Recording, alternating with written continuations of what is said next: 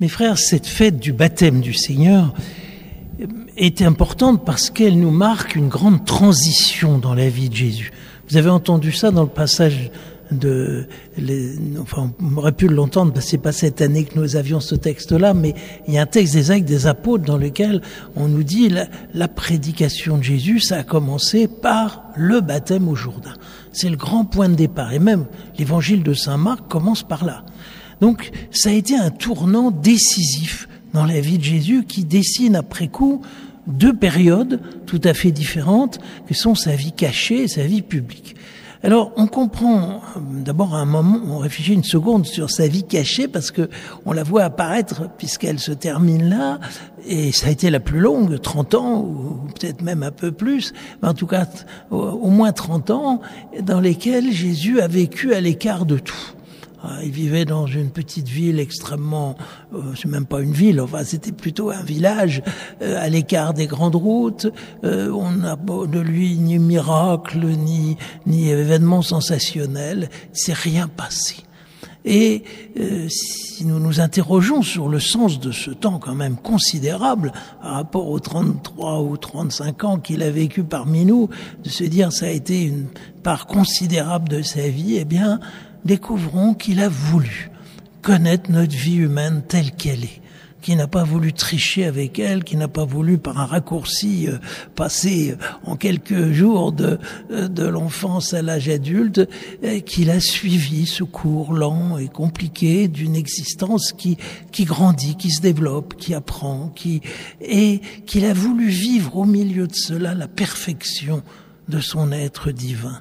Toutes les étapes de la vie de Jésus ont été merveilleuses.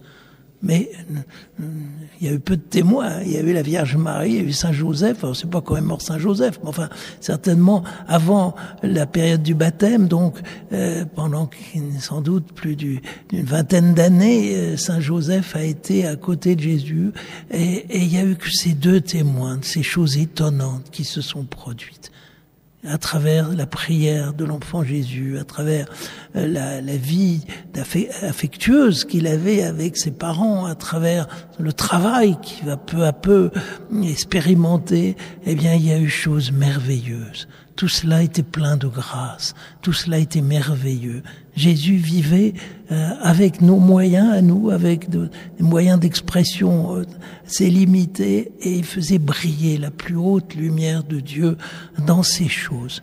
Seulement, comme il n'y avait rien d'extraordinaire, comme il n'y avait pas de miracle, comme il n'y avait rien qui attire l'attention, eh bien, très peu s'en sont aperçus. Il y a eu la Vierge Marie, bien sûr, qui a conservé toutes ces choses en son cœur et qui a su voir, à travers les événements infimes de la vie de tous les jours, quelle qualité extraordinaire vivait cet enfant, ce jeune homme, ce jeune adulte.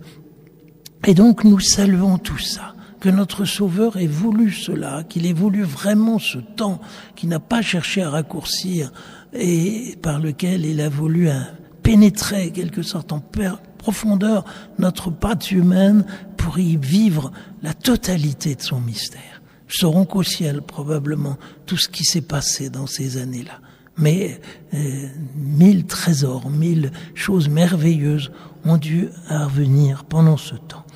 Seulement, il a voulu une transition. Il est clair qu'il l'a voulu. Personne n'est allé le chercher. On nous dit, il vient au Jourdain, il vient au-devant de son cousin Jean-Baptiste, il vient recevoir ce baptême, et là, il y a une volonté délibérée que on peut essayer de comprendre, parce qu'elle n'est pas très explicitée, mais une volonté clairement de rejoindre la condition humaine autour de ce drame du péché. Puisque Jean-Baptiste avait rassemblé des foules en leur disant « Attention, le Messie s'approche, il faut vraiment que vous fassiez un effort de conversion, que vous changiez vos vies et que vous manifestiez votre volonté de changer », eh bien c'est là que Jésus est venu rejoindre. L'humanité est venue rejoindre son peuple d'abord au travers de la question du péché. Parce que c'est finalement pour ça qu'il est venu sur terre. Dès l'annonce faite à Joseph à Bethléem, enfin avant la naissance de Jésus à Bethléem, il dit il viendra sauver son peuple de ses péchés. C'est parce que l'humanité marquée par le péché que Jésus est venu. Il n'est pas venu simplement pour nous manifester son amitié, pour nous dire qu'il nous aimait bien, mais pour nous guérir. Et pour nous guérir, bien, il a fallu qu'il prenne ce moyen si étonnant, qui va se manifester à la croix d'une façon très claire, qui est de prendre toutes les conséquences de ce péché, même les plus atroces, et d'en faire l'occasion d'une jonction d'amour avec son Père qui renverse en quelque sorte les données du monde et de l'humanité jusque-là. Et le ton est donné dès le baptême. Dès le baptême, Jésus se présente en pénitent, se présente au milieu des autres. Il vient parmi ceux qui ont besoin de se laver, qui ont besoin de montrer qu'ils se sentent sales et qui demandent à Dieu de les délivrer de leurs péchés. Eh bien, lui qui est sans péché, lui qui, la perfection même de Dieu, a voulu ne pas revendiquer un statut différent. Il a pris toutes les conséquences de notre péché, sans le péché lui-même, et par le fait même, il a manifesté qu'on pouvait rester unis à Dieu même là, et que, en quelque sorte, il rattrapait ce qu'avait été la désobéissance d'Adam, qui au moment où il avait apparemment tout entre les mains, n'est pas resté fidèle à la volonté de Dieu. Donc, cette entrée en matière assez étonnante manifeste clairement ce qu'il veut. Il n'est pas venu pour autre chose. Il n'est pas venu même pour guérir les malades. Il n'y a pas de guérison. Il y a simplement cette affirmation forte qu'il est venu pour toucher l'humanité dans son point fragile, dans le point de difficulté qui était la sienne et d'y porter remède. Alors ça laisse apparaître sous un jour, je crois, très important, ce qui va suivre ces 3 années de vie publique que nous allons suivre en quelque sorte par tous les dimanches qui viennent maintenant. Enfin, c'est vrai qu'il va y avoir le carême qui va un peu interrompre les choses, mais enfin, vous savez, jusqu'au bout, nous suivons pas à pas l'évangile dans la vie publique de Jésus, auquel se manifestent 2 choses tout aussi importantes l'une que l'autre, qui sont d'une part ses enseignements, parce que là, il va enseigner. C'est fini du silence de Nazareth. Il enseigne, il cherche le meilleur endroit pour enseigner. C'est un endroit où il y a des foules. Il va à Capharnaüm. On se demande toujours pourquoi il a été dans cette bourgade. Eh bien, la réponse est très claire. C'était un lieu de passage, un lieu où il y avait beaucoup de gens qui venaient, où il y avait à la fois des juifs, des païens, des militaires romains, des publicains. Enfin, il y avait tout ce qu'il fallait pour rejoindre une large catégorie de la population. Et c'est donc pour ça qu'il est allé là. Donc, il y a eu ce côté d'enseignement. Un enseignement qui, pas seulement un enseignement professoral qu'il débiterait en leçons successives, mais quelque chose de très vif, qui jaillit des événements, qui jaillit des questions qui lui sont posées et par lesquelles il donne un éclairage à chaque fois différent sur ce qu'il est venu faire, ce qu'il est venu apporter aux hommes, sur ce qu'il attend des hommes. Et c'est toute notre prière, toute notre méditation d'arriver à prendre cet enseignement, pas seulement comme un enseignement moral, mais d'y voir à chaque fois comme une manifestation de ce qu'est le Christ en profondeur, de ce qu'il est lui-même, dans la vérité de son être. Et cet enseignement, nous avons largement l'occasion donc de l'entendre. Mais il y a aussi un autre aspect, c'est les miracles. Jésus n'a pas cessé pendant ce temps faire des miracles. On ne peut pas le nier, même des gens qui ne sont pas devenus chrétiens, comme Flavius Joseph, l'historien juif, qui est presque contemporain de Jésus, doit bien obligé de reconnaître qu'il a fait des miracles. Eh bien oui, il en a fait, non pas pour faire parler de lui ou pour provoquer l'étonnement général, mais parce qu'à chaque fois, il s'agissait de témoigner par des gestes concrets ce qu'il était en train de dire dans son enseignement. C'est-à-dire qu'avec sa venue parmi les hommes, il y avait quelque chose du royaume de Dieu qui était en train de se produire et que donc derrière ce miracle, c'était l'avancée progressive du règne de Dieu qui commençait et qui allait atteindre son point de non-retour avec la passion et la résurrection. Donc en fait, la vie publique apparaît dans sa vraie dimension, ce temps à la fois d'explicitation de ce qu'il est venu faire et de première réalisation de ce qu'il fera. c'est-à-dire cette transformation de la condition humaine en profondeur, c'est dans le corps et le cœur des hommes.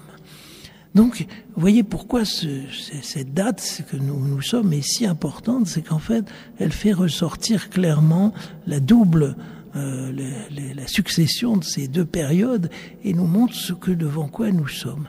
Car nous pourrions nous y tromper avec tout ce qui nous est donné dans ces différents dimanches, ne pas percevoir l'unité profonde de la vie publique de Jésus.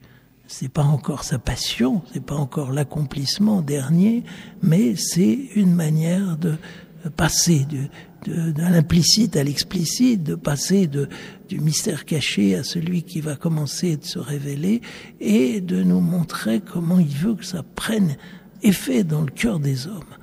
Donc Jésus qui s'était tu jusque-là, Jésus qui n'avait rien fait d'extraordinaire jusque-là, a voulu ce moment où en quelque sorte commencer autre chose, quelque chose qui, là, cette fois-ci, l'a fait remarquer, a fait que les foules se sont attachées à lui, au moins pendant un certain temps, qu'il a eu des disciples, qu'il a eu des gens qui l'ont suivi, et que l'empreinte qu'il a donnée à l'humanité n'a pas, malgré le choc de la passion, a pu continuer et même se prolonger jusqu'à nous. Si Jésus était resté à Nazareth, évidemment, peu de chance que nous serions là ce soir, mais comme justement il a voulu aussi se manifester, qu'il a voulu que ceci ne reste pas une présence confidentielle au milieu des hommes, eh bien nous sommes là et nous avons profité de tout ce qu'il a fait et nous voulons en profiter plus encore.